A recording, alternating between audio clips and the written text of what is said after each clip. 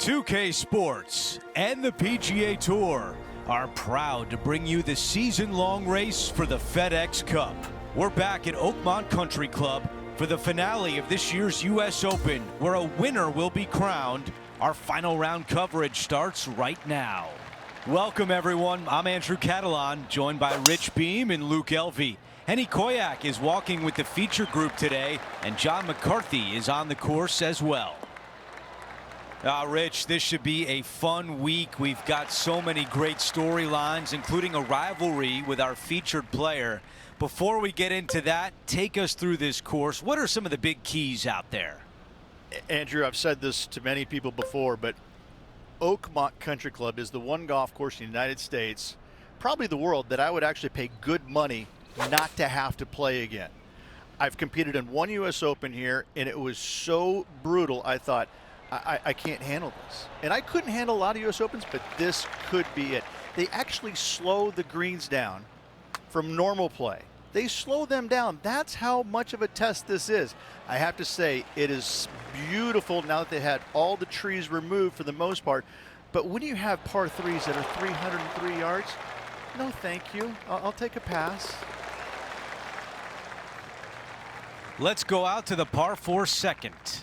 Most players with such a short distance are not going to challenge this hole with the driver. They're going to lay it up with some sort of iron, just have a wedge for their second shot to a green that tilts severely from back to front and all kinds of movement on it. This is a wonderful short par 4.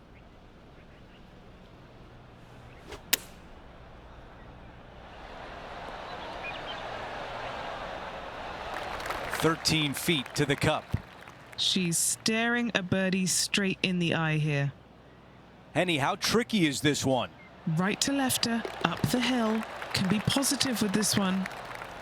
Wyndham Clark sits atop the leaderboard with our featured player currently in second place. Ooh, absolutely unleashed it.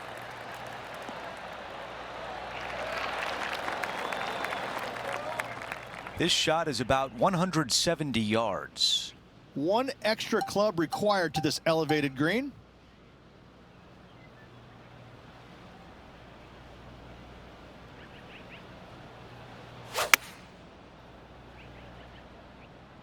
This is a 7-iron on the way. That is just a wonderful shot. Well, after watching that, Tom Kim's thinking to himself, I better up my game here. Here's a look at the way things stand with Wyndham Clark leading the pack. An opportunity here with a par 5. And the church pews once again down the left-hand side. Second shot completely blind to the green. If you can, lay it up to a high spot over on the left-hand side. Third shot goes straight downhill to a green that's receptive for all kinds of wedges.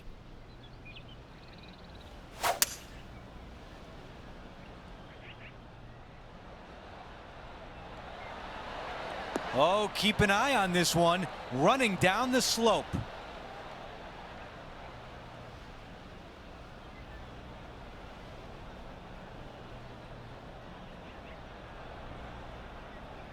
That's how you take on a par 5. Absolutely love watching a player be bold and be rewarded for it. What does she face with this putt, John? I got a pretty good look at this just now. Looks like around 36 feet to the hole. Not a good line. It's got a chance. This putt for the top spot on the leaderboard. All right, that one is behind us. And all the way to the top of the leaderboard.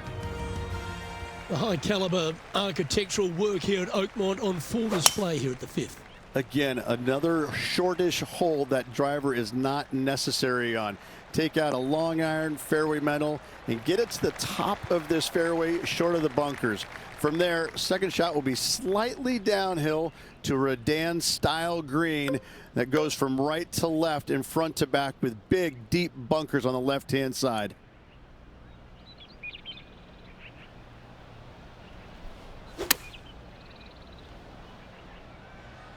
Oh, this is on a fantastic line. Is it the right distance? Fairways and greens. Easy game, isn't it? The iron play today has been absolutely stellar. Luke, the greens and regulation, just a fantastic accomplishment. Great to watch. The 6th hole at Oakmont is a high caliber par 3. Mid to long iron required here to a green that looks so much smaller than it actually is. Not a whole lot of pin placements on this green. Find the center of the green and 2-putt and get out of there. Trying to get it to 4 under with this putt. Penny, take us through the break on this putt. This putt back up the hill, moving to the right. Wonderful putt, and that puts some real pressure on their rival now. And it's worth taking another look at that one.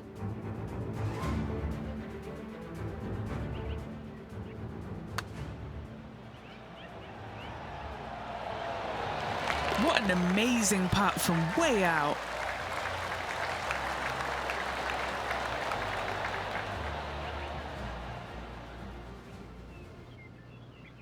And looking at the standings now, our featured player is currently in the lead, ahead of Wyndham Clark, who's second.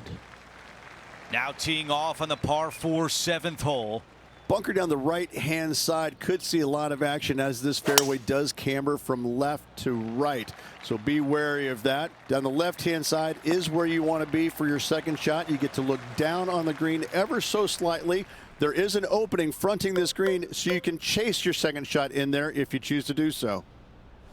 This looks like a 190-yard shot, leading the event by 3 shots. Yeah, I like that. That's okay there. That's a safe shot. All right, this is tough, but makeable.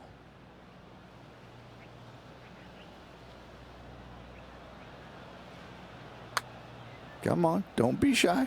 Oh, I like the looks of this. And it goes in.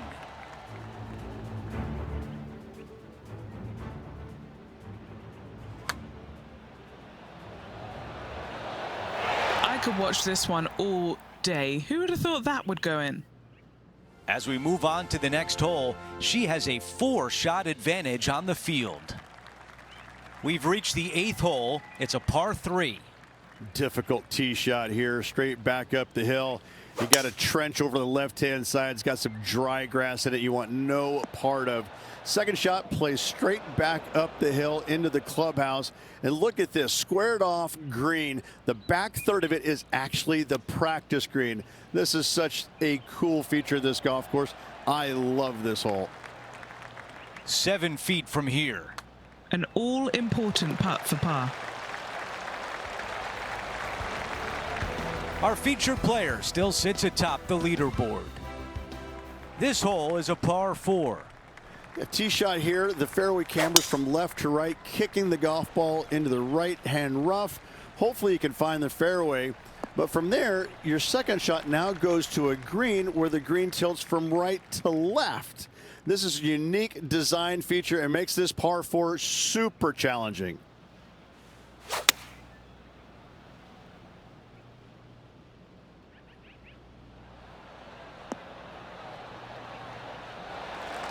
Even 2 putts would be good from here. Okay, Henny, give us a read here. It's just going to cruise up to the left-hand side. How did that not go in? This putt from 3 feet away. This for par. Getting set for the next hole, a quick look at the leaderboard, and it's a 4-shot advantage for our leader. Let's see what happens here on the 10th. Yeah, this fairway, you can get a couple of really strange bounces. You land it short of these bunkers here. It kicks hard to the right. You get it past it, though. Now it kicks hard left. Second shot plays down the hill to a green that tilts from right to left severely. This par 4 is super difficult.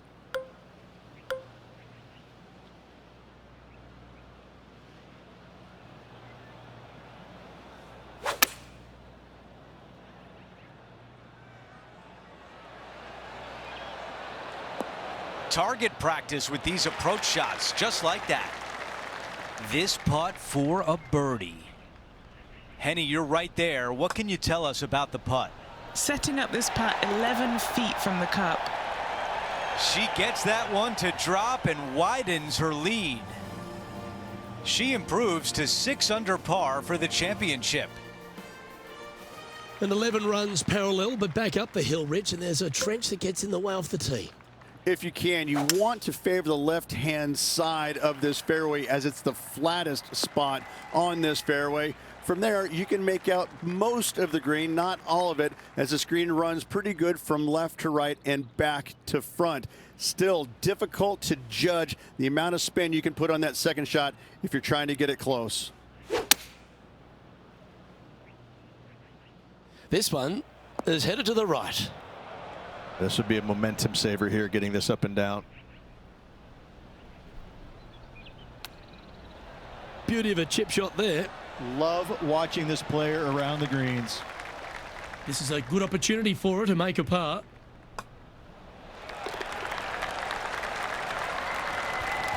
Currently 6 under for the event. The expression big boy par 5 gets used a fair bit in golf, but this one is definitely that at Oakmont, the 12 hole. Straight downhill you go. Shorter hitters have to worry about the first section of bunkers on the right-hand side. Longer hitters, the ones on the left. If you can find the happy medium, then you might actually thinking about going for it in 2. However, high stakes ensue. A difficult area to land your second shot when you're laying up. However, this green is not very difficult once you're on it. Not a whole lot of movement here.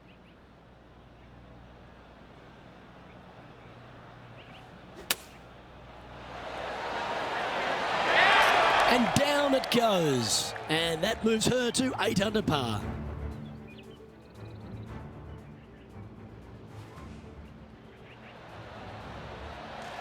Perfect distance, perfectly judged, and look at that, straight in the hole.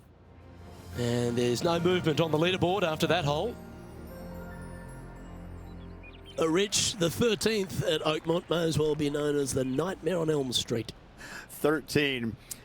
Not a lucky number per se, and this is probably the reason why. This green is heinous. It is painful, even when you're on it, to try and judge the distance line break of your putts. I have to say, I've played a lot of difficult par 3s in my days. This one ranks right up there with the hardest. A little sigh of relief. Happy to be putting again. John, you're down there. You should have a good read on this. What's she facing? Not an easy putt here. It's going downhill, moving to the left. And this one will be for bogey. Now 6 shots in front after that hole. 14 at Oakmont. Not a long par 4, Rich, but still some work to be done. This hole has changed dramatically over the years, not design-wise, but how players attack it. It used to be a long iron, find the fairway, and then a short iron second, wedge it on. Now we're seeing players time and time take out driver, challenge it up there, find one of those bunkers surrounding the green, and take their chances from there. Either way you play it, it's short, but it's dangerous. Straight at it. And that's 8 birdies today. And with that, she'll move to 8 under par. Awesome play. Let's check out the 15th. It's a par 4. Fairway cambers from left to right, and this green in the distance, it sits below you, so you can chase on your second shot into this green, especially to a front pin. But when the pin is all the way back, it forces you to deal with that bunker on the right and attack that pin by landing it in the center of the green or deeper. Needs a little members bounce to the right. Our leader is putting on a clinic out there. 12 feet to the cup. A little bird tells me this is for birdie.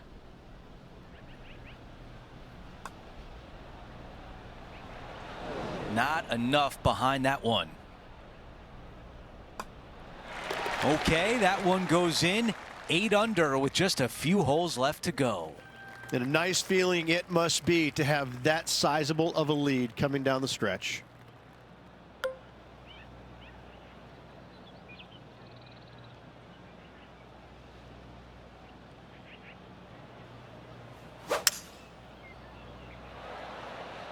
That was right on target.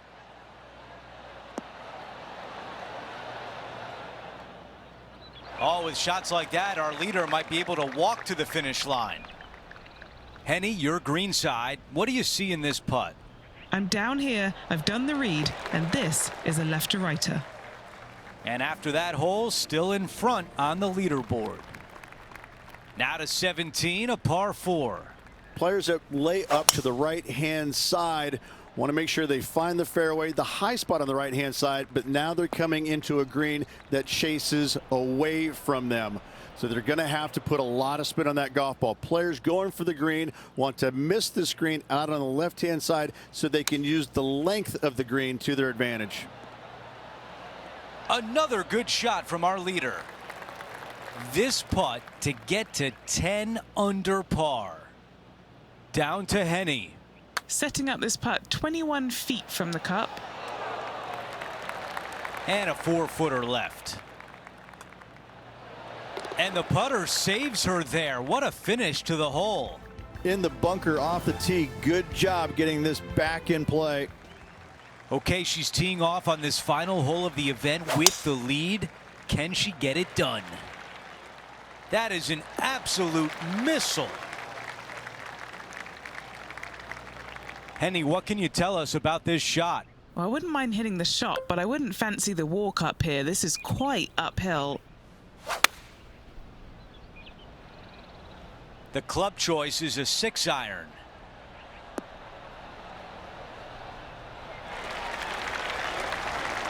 This putt would give her the clubhouse lead. This is a good stroke.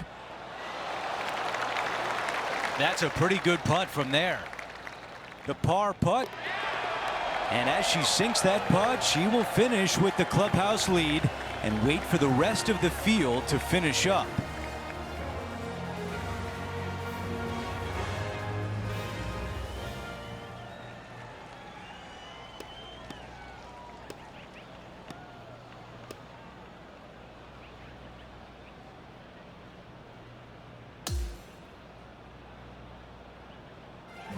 Well, Rich, you're one of the few who can relate to this player right now and what they're feeling winning their first major on the PGA Tour. Andrew, I have to say, it's mind-blowing how everything changes in the span of seconds after you hole out that putt. Whirlwind, everything going on. I remember sitting there speaking to Scott Van Pelt when he was with ESPN and just giggling like, I won this thing, really? It was surreal. It's been a great day. We thank you for joining us. For Rich Beam, Luke Elvey, and our entire 2K Sports crew, I'm Andrew Catalan. We'll see you soon.